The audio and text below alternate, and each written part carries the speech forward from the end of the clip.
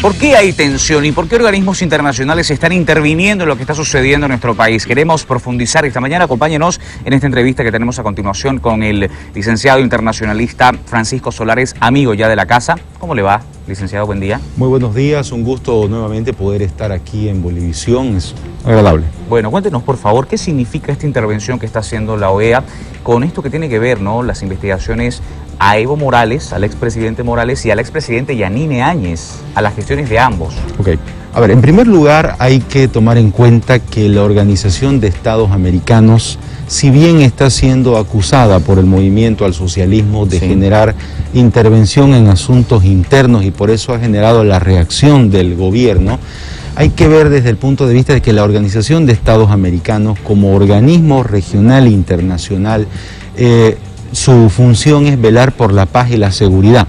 Pero la seguridad es un concepto muy amplio. Hoy en día se habla de seguridad democrática. Por tanto, las declaraciones que ha hecho la Secretaría General de la OEA a través de sus comunicados no es un tema de intervención en asuntos internos, porque al final de cuentas todos los estados han firmado un documento que se llama la Carta Democrática Interamericana.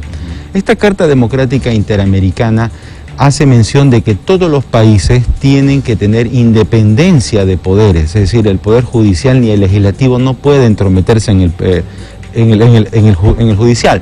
Por tanto, lo que está haciendo la Organización de Estados Americanos es reforzar aquellos principios con los cuales los estados se adhirieron a esto.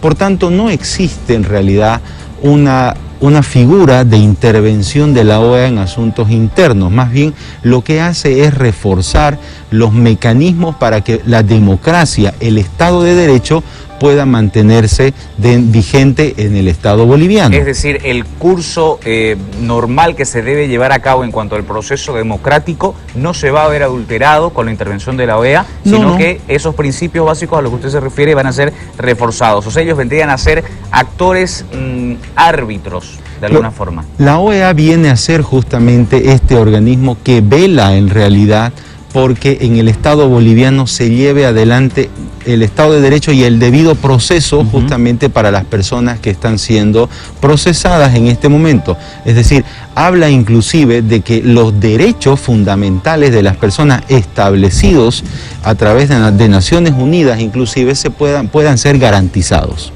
Bien, ¿y por qué se habla entonces de estas conclusiones? O sea, no son denuncias, son conclusiones que va a enviar la OEA. A ver, la OEA, lo que ha hecho la OEA es justamente mencionar de que va a presentar ante la Corte Penal Internacional las denuncias que ha contra Evo Morales sobre el tema de lesa humanidad.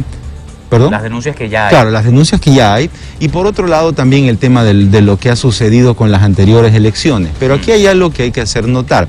La Organización de Estados Americanos es un organismo, no es un Estado, es decir, el Estatuto de la Corte Penal Internacional establece que solamente los Estados forman parte de ella y se adhieren de una manera voluntaria, es decir, a diferencia de la Corte Internacional de Justicia que depende de Naciones Unidas, esta Corte Penal Internacional es prácticamente diferente e independiente y por tanto los Estados son los únicos que pueden presentar los casos y no así los organismos internacionales. Lo que sí puede hacer la OEA en este caso es ser como una especie de coadyuvante en el caso de que más adelante el Estado boliviano quiera seguir un proceso justamente ante la Corte Penal en contra de Evo Morales. A ver, ¿se puede lograr un punto de equilibrio una vez esta Corte Internacional tenga un veredicto para Bolivia? Primero tiene que haber el inicio de un proceso que todavía no está, o sea, si bien hay pruebas, se lo va a elevar, pero todavía no ha comenzado. ¿Y cuándo podría comenzar? ¿O este proceso cuánto podría durar? Esto va a depender mucho sobre todo de la parte que lo presente, es decir, un nuevo gobierno en este caso tendría que hacerlo. Si bien las pruebas están, esto va a tomar un determinado tiempo, inclusive a partir de la presentación toma un año todavía para que comience, ¿no? Entonces esto no es inmediato, esto tiene y está establecido por los reglamentos de la Corte Penal de que tiene sus plazos procesales, como se dice.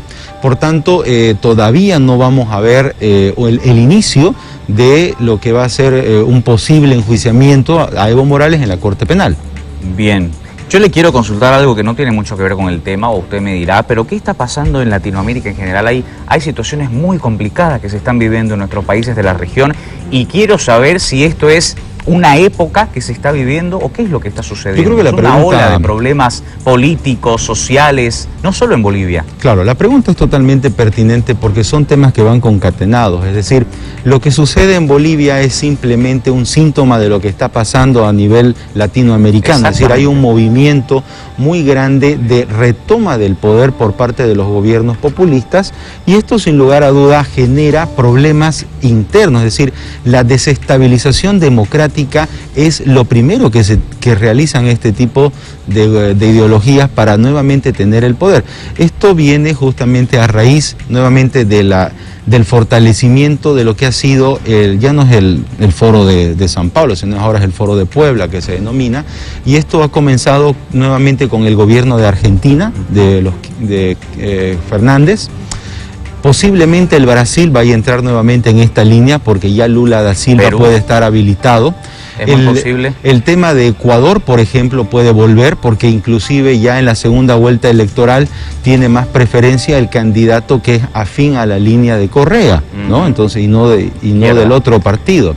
Y esto, sin lugar a dudas, va a incidir. Y Bolivia, como es el centro geográfico de Sudamérica, pues prácticamente lo que sucede en Bolivia va a significar el apoyo para estos otros gobiernos que pueden venir, Brasil, Chile, Ecuador, es decir, nuevamente hay una rearticulación de estos gobiernos populistas. O sea que lo que estamos viviendo es una época que va a ser marcada por estos acontecimientos. Claro, es una época que está comenzando en realidad y esperemos que, por eso la OEA se preocupa bastante, porque nuevamente estos estados pueden empezar a perder el Estado de Derecho, puede haber mayor violación a los derechos fundamentales que tienen los ciudadanos. Bien.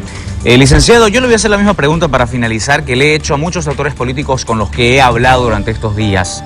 ¿Cómo pacificar el país? ¿Cuál es el camino? ¿Cuál es ese secreto o eso que se debe hacer para llegar a tener paz? Yo creo que primero que tenemos que hacer es realmente garantizar una justicia independiente. Es muy difícil en este caso.